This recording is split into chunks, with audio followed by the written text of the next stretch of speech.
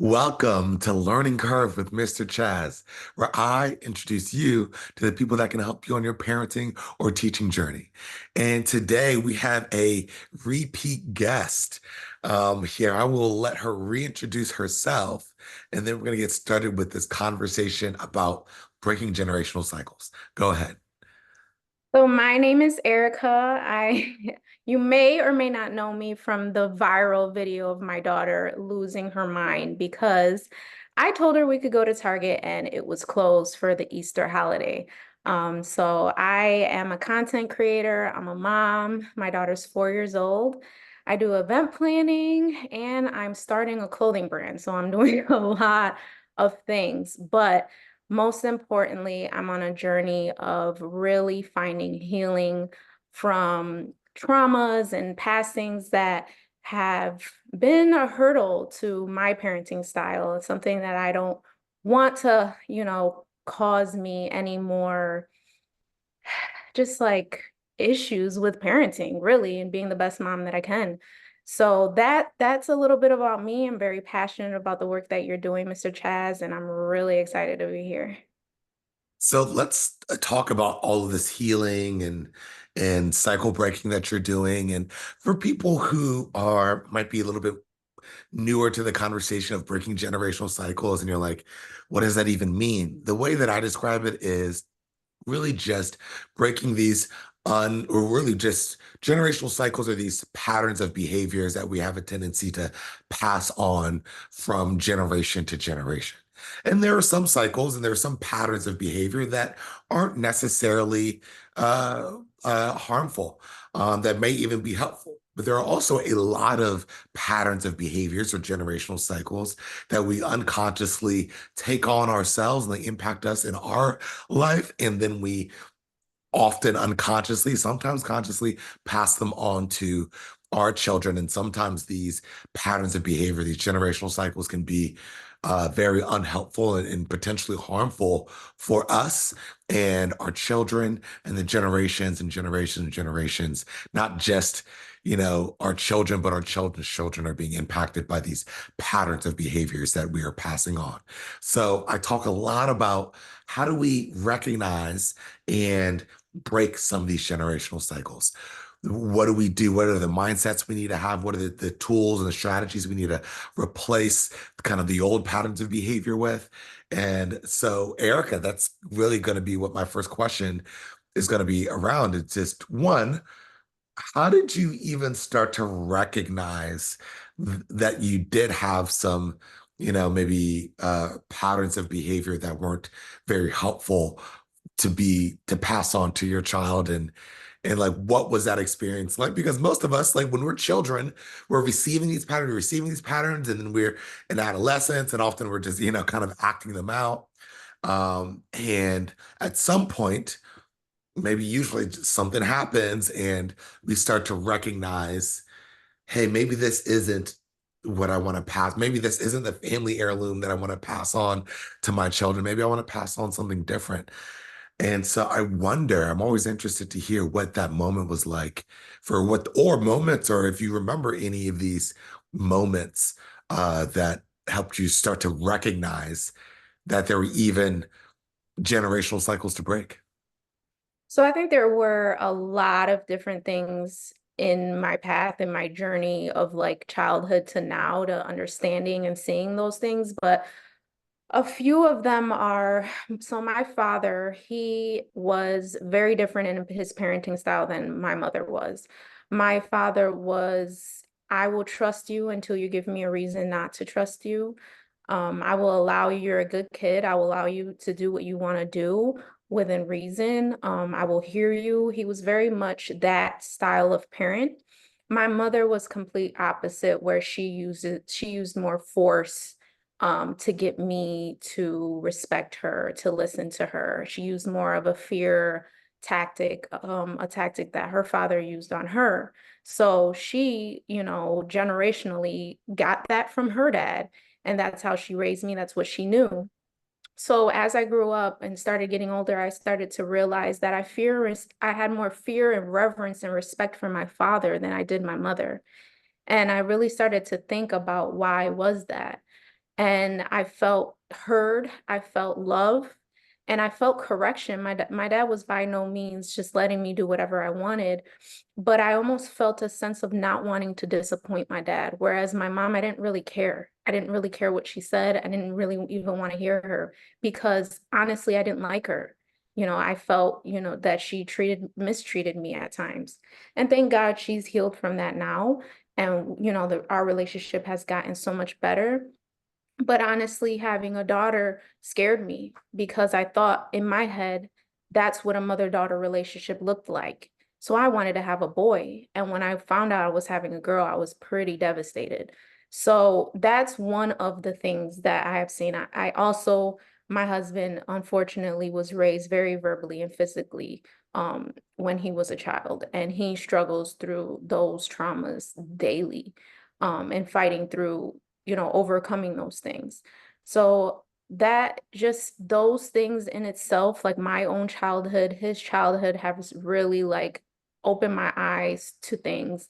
And I will say that a lot of this comes from culture and very similar. My father is Black and my mom is Puerto Rican. And in the Black and Puerto Rican culture, it is very much, a lot of the times you will respect me and you will do these things that I say in a very harsh way. And to be honest with you, I have noticed that when you say, no, that's not the right way to do things, you are so severely judged because in the mind of most Hispanic and especially Black women and men, if you are not raising your child to respect you and like exuding a certain type of authority, then you almost are raising your child like a white person would. And they could then be disrespectful and be a monster and just be out here disrespecting people. So that's why I personally don't like the word gentle parenting, because I don't feel that there should be a word or a name to describe parenting your child in a way that is fitting for a child.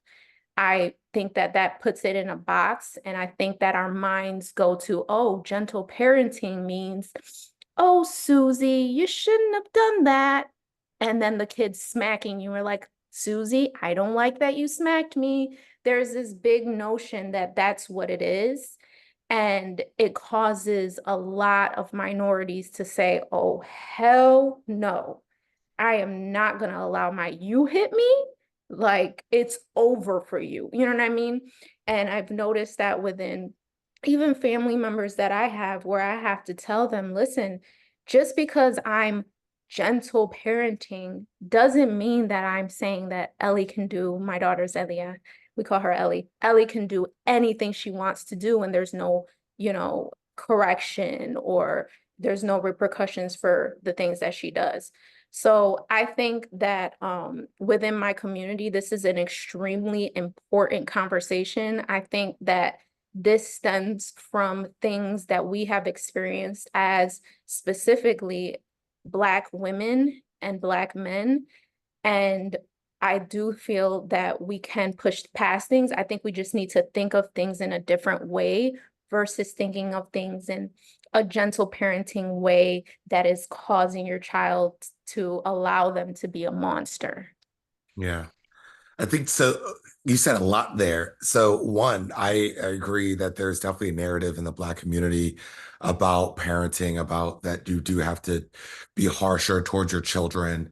And, I can definitely speak to that and seeing it and growing up in the Black community. And I've also even seen it in, Hispanic communities too. I've, definitely have grew up with a lot of friends who were Hispanic who were parented in somewhat of a similar way. Of course, there's going to be differences amongst everyone's parenting, regardless if you're doing the so-called gentle parenting or connected and collaborative parenting as opposed to fear and control based parenting. But that narrative has definitely been prevalent. For a long time. I know very much for as long as I've been alive, and because because there's cycles, I also know that both this is what like my parents grew up with and their parents and their parents. And it's interesting how they still are showing up in the pushback when someone in the community says, "Hey, I want to do things a different way." Right. And I think there's also tends to be a really big challenge there because we know like it takes a village. It takes a village to raise a child and to support a child and to, you can't do it alone. And it makes it difficult when you're in these communities and you're like, hey, I want to do something different. And then you don't feel like you have that support of your village, right? And whether it's the Black community, whether it's Hispanic community, and even I know there's a lot of also white people who also experience this too. But the narrative definitely, as you were saying, and even in our communities, it's like that's white people parenting. And and you also mentioned something about the term gentle parenting. Now, for me, the way that I think about gentle parenting and using the term is, for me, that is just the term the shorthand for connected and collaborative based parenting, right? Which is definitely a shift, something different. And I don't like labels in general. To your point, I think it, you could just call it parenting, Mhm. call it just parenting with yeah, connection and collaboration. I think adding it's I like a little bit more of the description of the parenting rather than a label of the parenting. Because like the label, I agree. I think in a lot of people's mind puts it in a box. The way that I see it is that it's just the general connected and collaborative based parenting, and it's just a shorthand version. So, but let me ask you this. You mentioned that there was a little bit of I mean, maybe a shock in your own village of kind of saying you're going to be using more, connective collaborative based approaches or practices or gentle parenting or whatever. What was that experience like for you? I mean, I don't know. Do your parents support you? Do you have a village? Are they in your life like that? Are they helping you raise your child? What is that experience like for you? Kind of going through this your own journey, your own healing journey. Meanwhile, your parents are, it sounds like they're just, gone through a journey, still going through a journey. Like, what is that like with you and now parenting and them seeing you parent? And I'm sure you see them grandparent. What is Mhm. that experience like for you? So my family is far away. They live like 6 hours away in upstate New York. So Okay. we don't have like lots of time together. And unfortunately, it's me and my husband out here raising Ellie, which is already like such a challenge. As you said, it takes a village and it's me and him. But I will say that in regards to my father, the reason he parented me the way he did was because he didn't have his father in his life. And he made a point to say, I will never treat my child like that. I will be very present. And is the best dad. Like he really raised me in a way that I want to raise my daughter now. So he's kind of healed from his own trauma and said, I will not repeat those things. As far as my mom goes, she definitely is in a healing journey. I think we're always healing, and if we're not healing, we should be always healing. From things. There's just so many things to learn and grow. And I think that she's definitely on that journey, but she is very much she's very supportive. I think she understands and knows. And I think because it's hard. Being a mother is extremely hard, even when your kids are older. So you feel bad. I think she will probably always feel bad about how certain things went down in our household. But I will say that I'm very grateful and thank God that I was able to be like my dad in the sense of saying, okay, these are the things I don't want to repeat. But there's a lot of values that my mom instilled in me that I want to make sure I instill in Ellie. Me and Ellie are very, very similar in personality, very strong-willed, very independent, go-getters. And my mother really nurtured that in me. And she made me a strong woman by saying, things in life are hard, but you can always pick yourself up and keep going. And you just have to have the perseverance. So that's something that I want to carry for Ellie as well. So she's very supportive now. She's a great grandmother now, and she's very gentle with Ellie. So that support is great there. I would say majority of my family is supportive, but there are certain family members that it's not like they're not trying to be supportive, they just don't understand. And I do think with the influx of information from social media constantly in our faces saying gentle parenting is this, it looks like this. And if you're gentle parenting, you're allowing, like I said before, you're allowing this and you're like, so I think that there's just this stigma behind it, unfortunately. And so I will have family members where Ellie is really just acting like a toddler and might be touching like it's literally something so simple, like touching a cupcake on the cupcake stand. And Mm, it's the family member going, and judging me, judging her, mhm, judging how my husband and I are reacting to that. So it's well, you can't raise a monster, so you can't just allow her to do whatever she wants. Well, whoever said that I was allowing her to do whatever she wants? Whoever said I wasn't going to correct her? So it's this thing where because they look at social media and they see that I'm trying to break these generational curses, their mind goes straight to, well, she's allowing her to do whatever she wants. So that's difficult, like you said, you want to have people who are supporting you. The reality is you won't always have people who understand and support you. What's most important to me is making sure that I don't repeat the things that have caused me damage in my life, and the same for my husband. So in that regard, I don't really try. It hurts, but I try not to pay too much attention to it. And I try to just go forward. I think that what people don't understand is it takes way more strength, restraint, and it takes a lot to gentle parent. Like my go-to at the end of the day, I am a Black and Puerto Rican woman that came from these generational things that have happened. My first reaction is probably to smack her sometimes, to be honest, yeah, or to say things that are not pleasant because I'm so irritated and aggravated. It takes an immense amount of strength and restraint to hold myself in the moment where I feel like she's being disrespectful to me or acting out in a way that I wasn't allowed to do. And to actually say, you know what, I'm not going to do that is harder than acting out on that. So I don't think that people really think about it like that. yeah. Um, I think that that's something that we need to think about. It's not easy. So yeah, the whole thing is not easy, but I'm just keeping pushing forward and trying my best.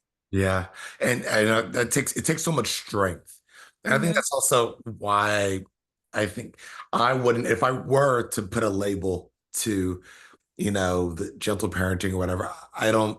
I think gentle parenting is a pretty big mischaracterization of what's actually happening there because there's so much strength that it takes for you to do this kind of for you to be able to just not react, but to respond and not just go with your default reaction. And let me ask you this: if you can kind of go and think about this for a moment, in those moments where you feel judged or you feel that you have the first she touches the cupcake, you have the kind of reaction, you feel like she's maybe disrespecting you, and then of course in front of company nonetheless, and you feel that kind of judgment. I wouldn't do that. What would have happened to us if we would have done that? You hear that or you feel that.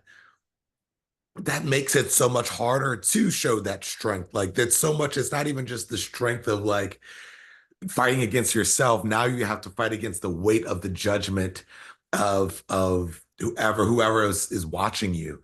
Um, and at the same time, you know that if you did just go with your reaction or smack her on the hand or whatever it was, that they would validate you and they'd be like, yeah, like that's what you got to do. Like hit him. Like you showed her Right. who's boss. Like, so my question to you is what is your process for uh kind of slowing down and responding as opposed to just reacting with your default reaction? Like, what is that process to you? Can you kind of think about it and maybe share maybe what you think about how you stop yourself from just reacting and responding instead? Yeah, I think even before I go into that, one thing that I have noticed, which makes me a little bit sad, is I'm just going to be very candid and honest here, that oftentimes when I am in public, not necessarily around family members, when I'm in public, say we're at Target, because we all know Ellie loves Target. Yeah. So and she's acting out, right? If I'm surrounded by a lot of white people and she's acting crazy and I'm gentle parenting, I feel like they get it. I Mhm. feel like they receive that. I feel like they're like understanding of that. And I feel more comfortable. When I'm around a lot of other Black or Hispanic people and I'm doing that, I feel so uncomfortable. I feel like everyone is judging me. A lot of it could be me too, Mhm. but I know that there are some eyeballs that are like, Yeah. so that is hard. Like that, and that pains me because these are my people at the end of the day. Yeah. And this is why I want to have these conversations because I want to help my people understand and look at things in a different perspective.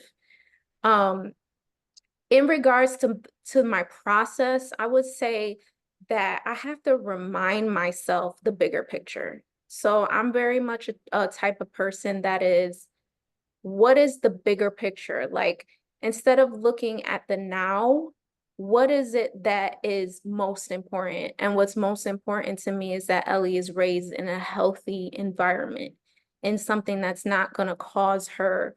I mean, I'm sure there's things that I'm going to do that's going to cause her trauma or whatever. I think sometimes it's inevitable. But if I could do my best to calm myself down and say, okay, like you're in your feelings, she's 4, you know what I mean? Like really reminding myself of those things is important to me, but it's hard to navigate. And I think I would also love for you to provide some feedback on how to make sure that you are getting through that. Like if lately something that she's been doing is biting, and if I bit, I think I bit my mom one time and she hit me so hard in my mouth that she said I'd never bit again. Right. So like it's like in the minds of our parents, these things are effective, right? And to a certain point, like I guess that's effective, but like what are the long-term effects, right? So like if that's effective for the right now, like I said, bigger picture, what does that look like? Right. So I have done things like, you're not getting your tablet. I took it away and, getting down to her level. I don't like that when you bite, when you hit, stuff like that. But it's hard. It's hard to feel that you accomplished something, right? Mhm. Because then Mhm. smacking her back, accomplished something. She knows how it feels. She's hurting because I slapped her. You feel more accomplished when you're explaining and saying, "Oh, I don't like that." You don't feel like that really got through. Yeah. Ooh, so much here, so much here. So I want to start from you're talking about when you're around Black people, you feel kind of more pressure to use more fear and control based practices. And when you're around white people, you feel more comfortable and use more connect and collaborative based practices and approaches. And I think I would agree that it is more of it's a mental model that we've built. And because you've heard, growing up or even as an adult, like you've gotten this mental model, and this kind of comes from our limbic system, our emotional state, as we talk about in conscious discipline. And when we're in our emotional state, that's when our mental models come up. The way that we were raised, the stories that we were told, the narratives that we were told, which is the kind of the gentle parenting is for white people kind of thing. And this is a white person thing. And so when you're doing it, when you want to do like the connected and collaborative based parenting, that narrative is still coming up. This is a white people thing. When you're around black people, it feels like, oh, will I be ostracized? Will I be exiled and kicked out of the group if I don't react in this fear and control based way? And so there is those same shaming thoughts that you may have heard from your mother. I don't know, like the word monster keeps coming up as you're kind of describing this. And I wonder kind of like where that language or that kind of labeling comes from. My guess would be that you know the shame that you talked about receiving, but this is what comes up for us when we start to struggle, when things don't go our way, when we go into an emotional state. And so recognizing that and it may not even necessarily be, true. There's quite often like we know that like, Black people, Puerto Rican people, we're not monoliths. There are plenty of Black families out here breaking these same generational cycles that you are. And there are plenty of white families that are using the fear and control based practices. So, you know, we know that that's not necessarily true, but that's just how we're perceiving it. And that story we're telling ourselves is adding on to our trigger. Um, and then the other thing that you talked about is your process for how you kind of overcome that. And really, we're talking about, if you listen to the podcast episode where I do the 5 steps of self-regulation, we talk about how to go from that moment where you're triggered, things don't go your way, to how to choose to see it differently, respond in a way that's helpful. And so really what you said was what we would, call like step 4, choosing to see it differently. You said you have to see the big picture. And once you see the big picture, then you're kind of in a space to respond differently. And that's really steps 4 and 5, which can be really hard to get to. And steps really 1 to 3 kind of help you to getting to that choosing to see it differently so that you can respond differently. Because if you're still seeing them as this little monster, you're creating a little monster, you're not going to be able to respond to your offspring like a child who is just needs to learn some new skills, and because you're still seeing them as that little monster, so, or as the narrative of you creating the little monster. So those first 3 steps would be really recognizing your trigger. It's I am, and then I calm, which is the second step, which is doing something in your nervous system to kind of help decrease the intensity of those emotions so you can manage them a little bit better so that you can really do step 3. And so part of that, the one thing that works for every body is breathing, if you know how to do it in a helpful way, which is that deep belly breath in through your nose, out through your mouth. The out breath is longer than your in breath, and your belly is expanding when you're doing the in breath. That's your because you want your diaphragm to expand. A lot of research on this. There's so many benefits to learning how to breathe, and managing stress and pain are just a few of the many benefits that deep belly breathing can give you. And so even in that moment, that deep belly breath can be very helpful. And again, kind of preparing you for that step 3 of really feeling what you're feeling, recognizing what you're feeling. I'm feeling overwhelmed right now, and feeling those sensations in your body, maybe even recognizing that story of just, I'm feeling overwhelmed because of, I'm doing connecting and cloud-based parenting around Black people, and that's triggering me a little bit more. And I'm feeling a little judged, but I'm feeling overwhelmed, and I feel it on my hands, I feel it in my body, and just being familiar of just the sensations in your body and recognizing the sensations you're feeling in your body kind of help to separate that feeling from you just being the feeling to you just experiencing the feeling. Because a lot of times we will act with, I'm angry, I'm overwhelmed, as opposed to, I'm feeling angry, I'm experiencing overwhelm. When you can language it and see it like that, and feel where you feel the overwhelm, where you feel the frustration, then that feeling, you're able to kind of to feel it out until it dissipates, right? We have a phrase we use in conscious discipline. Well, the conscious discipline phrase is what you resist persists, what you accept can dissipate. Now I kind of remixed it. Now that's a conscious discipline phrase that's remixed off of another like very common phrase, and I've remixed it to say what you resist persist, what you accept can rest. And just saying that when you accept what you're feeling and what you're experiencing, it gives you the space to let that feeling rest so that you can choose to see your child as having a hard time, not being able to get the thing they want at Target or go to Target, as opposed to being a little monster because they're just want to make everything go their way. And when you see it as they just need the skill, they need to support, then that also opens, even just being able to see it in that way. Like, yeah, it's great to be able to see the big picture of like, okay, the impact that I'm having on my child to kind of pull you back to reality, like, hey, this is important how I respond.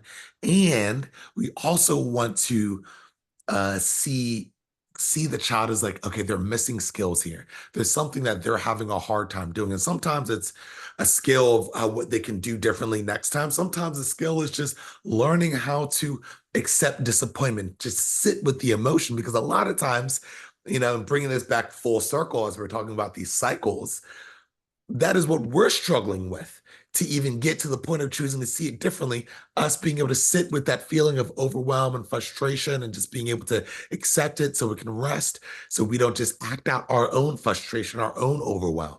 So we're really working on the same things a lot of the time. And so to be able to and kind of bring it back to what you said, to the biting. Now, I have a whole podcast episode for those who want to listen and go deeper than what I'm going to go into right now. The whole about our podcast episode with a master instructor from Conscious Discipline about biting, about what it means, how you prevent it, what do you do when it happens, and all the different ways that you can respond to it. We do a really deep dive. I think it's called How to Handle Biting with Elizabeth Cephalo, something like that. So check that out. Definitely look that up and listen to the whole episode. But for this, to kind of give at least a little bit here, seeing it as you, I think I heard you mention maybe it's the tablet, right? Maybe you took the tablet, her tablet time was up, and so maybe she got frustrated or upset or whatever it was, and her reaction was to bite. And here, this is a missing skill too. And maybe there's a couple of skills here. I mean, there are a couple of skills here, and you get to choose what skill you want to practice. And one thing that I would start off with, especially at I think your child is how old? Four. 4 years Yep. old.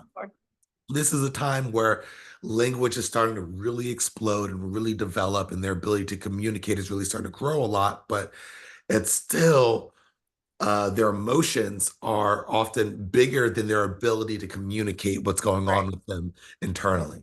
And that is one of the huge reasons that children bite. A lot of times, what we see, what we see is children who tend to bite the most also have the most language delay. Not every time. There's plenty of other reasons for biting, and we go over that in the podcast episode, but that is often where I would start, of just helping them learn how to communicate, what to do with what they can do with their words, what they can do with their body to express their frustration, to express their disappointment, to express their overwhelm, to express all what they're feeling. Because when they can't express it verbally, they have a tendency to express it physically, right? And even if they need to express it physically, there are better ways that we can express it physically that don't include biting. Now, the overall goal, which you want them to get to, is to be able to just express it verbally. But I see it as sometimes I don't, especially when they're young and they're still developing the language, that it kind of like almost as a stepping stone, as a bridge to get to that expressing it verbally is allowing them to express it physically in some way. Like now, and this might be a way that we have to kind of work through some of our cycles, because something where if we expressed our frustration physically in any way, stomping your feet or just, "Oh, I don't like this," or just That's mad or not whatever. acceptable. Yeah. Right, then you're getting smacked, you're getting put in Yeah. timeout, you're getting a spank, like something is, you're gonna get verbally or physically attacked. But it Right. can be a really great bridge into learning how to express it verbally, especially if the child is struggling to maybe has a verbal delay. And so what I would say is the goal is to teach them to express what they're feeling verbally. And you can do that by modeling it and saying, oh, you can put the boundary and say, I'm not going to let you bite me. If you want to, say how mad you are, say, I'm mad at you, mommy, or I don't like it when you take my tablet, or whatever the case is. Right. So that's one approach. Another thing to do is to some preventative. I don't know, you may already be doing it, but just for those out there who are struggling with the same kind of tablet situation, a preventative thing could be, I'm going to give you two preventative ideas. They're visual supports to visually communicate what is going on, what's going to happen. One, a visual timer when they do have a tablet, having a visual timer just so they know how much time they have. So it's easier for them to process, uh, when the thing that they're going to do is going to be over. Because, imagine children's concept of time is it's still developing. That's time management is executive skill. That part of the brain that is responsible for the time management executive skills isn't fully developed till at least 25, 26. And so to support them, a visual timer can be very helpful to process that. Because, I mean, even as an adult, if I'm doing something I really enjoy and without any warning, I have to stop. And I didn't know that I was going to have to stop. Like, imagine you're right in the middle of that Bridgerton episode and they stop. I mean, I get a little frustrated when I just have to stop. I have to wait a couple of weeks for when it's the mid-season finale, and I have to wait. I'm like, why don't you just put all the episodes out at Same. once? But Same.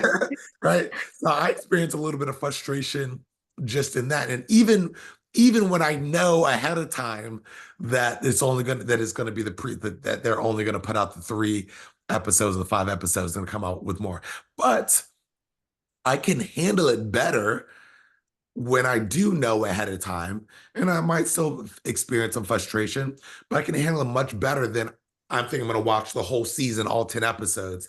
And then all of a sudden I go to Netflix on the Tuesday that I expect to see, the Bridgerton episode. And all of a sudden they say, oh, where you actually have to wait 5 weeks. I'd be like, what? What are you talking about? Now, since I have a little bit, I've practiced the skill of verbally being able to communicate, I'm not going to go and hurt somebody physically or hit somebody, or, but I might, if I'm really feeling frustration, I really want to, and I'm in my emotional state, I might take to Twitter or something like that and be like, can you believe that they didn't even tell us that? Right. And so I say all that to say for us to experience maybe a little bit of empathy for children in these moments where they often don't really know when their tablet time or whatever they're doing is going to end. A visual timer can help them process that much better, because the dates and the calendar, that's something that they still have a really hard time in time, in like 30 minutes. Like, what is that to a 4-year-old? It doesn't really mean much, but they can't see, oh, it's only a little bit of circle left until I have to go. The other big thing in terms of visual support would be to have that tablet time, that screen time at the same time of the day, every single day, make it a routine. How long are they going to do it? And even having, I have a visual schedule, and you have the option to put screen time on there, and you can, before they actually do the screen time, you can kind of point and say, okay, you're going to do screen time. Then after that we're going to go outside. And then after that, and so they can kind of process and look forward to what's going to happen next, making it kind of easier for them to transition out of the tablet time, because especially if, I would encourage, you know, maybe some outside time, something that's kind of like a little bit exciting after tablet time.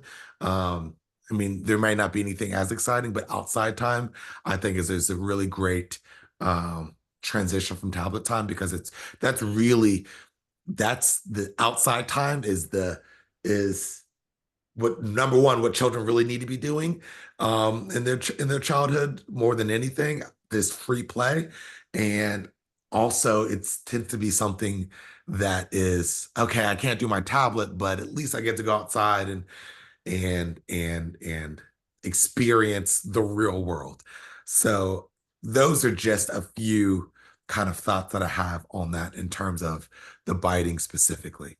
Now I want to kind of throw it to you and ask you, like, how has this journey been for you? Like, what have been some helpful things for you in breaking these generational patterns and these generational cycles?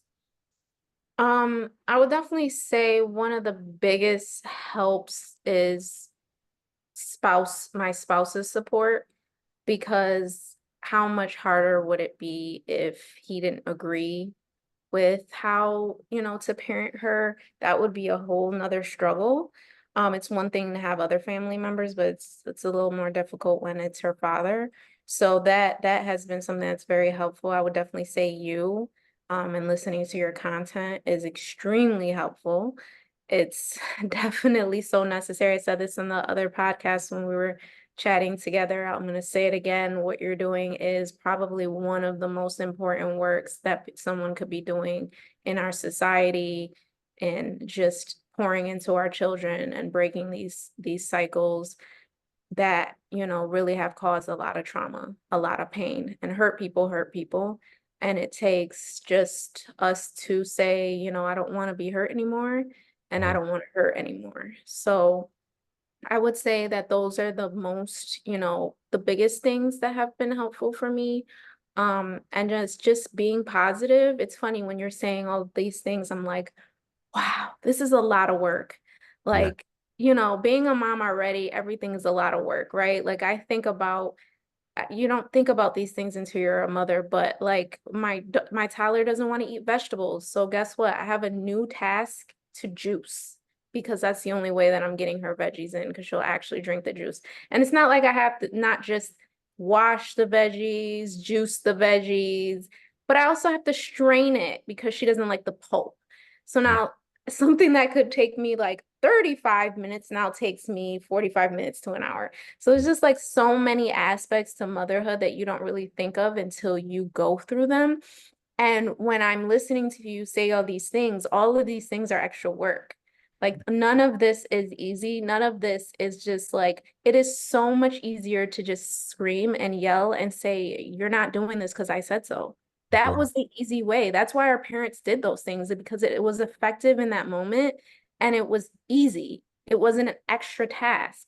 So like, I think we really need to retrain our brains to understanding, like, are we going to do what's easy, or something that we were told should be done because it was effective in that moment? Or are we going to like really pour our like everything and all that we can into raising these children?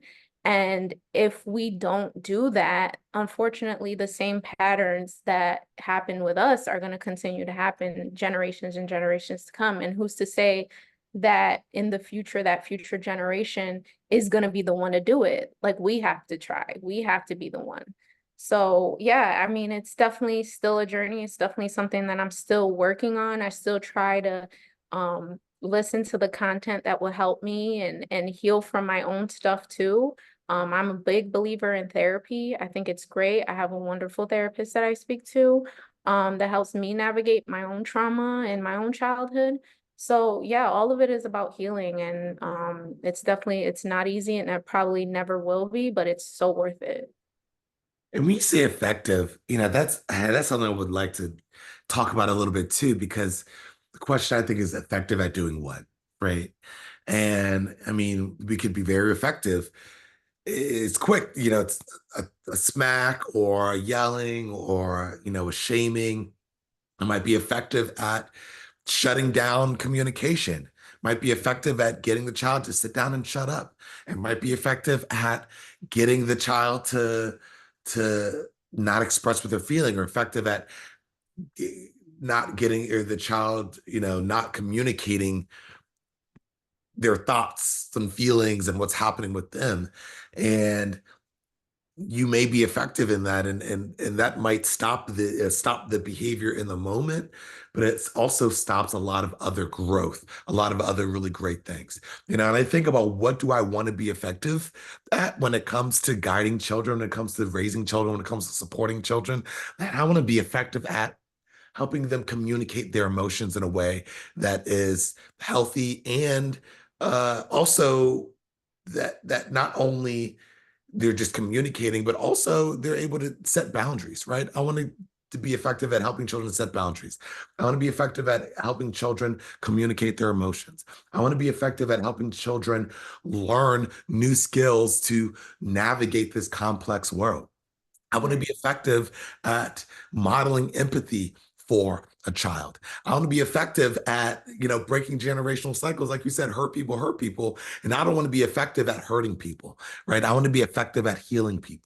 And that's a whole different set of tools than the fear and control based tools, right? This empathy, it's composure for ourselves, our own self regulation, it's encouragement without labeling them, and focusing specifically on what they're doing that you want to encourage, so that it's easy for them to repeat back. It's seeing the best in them so you can bring out the best in them.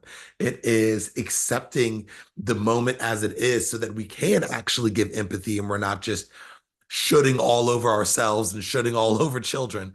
It is also being effective at knowing uh, what kind of consequences would be helpful in this moment, and what kind of consequences would not be helpful in this moment.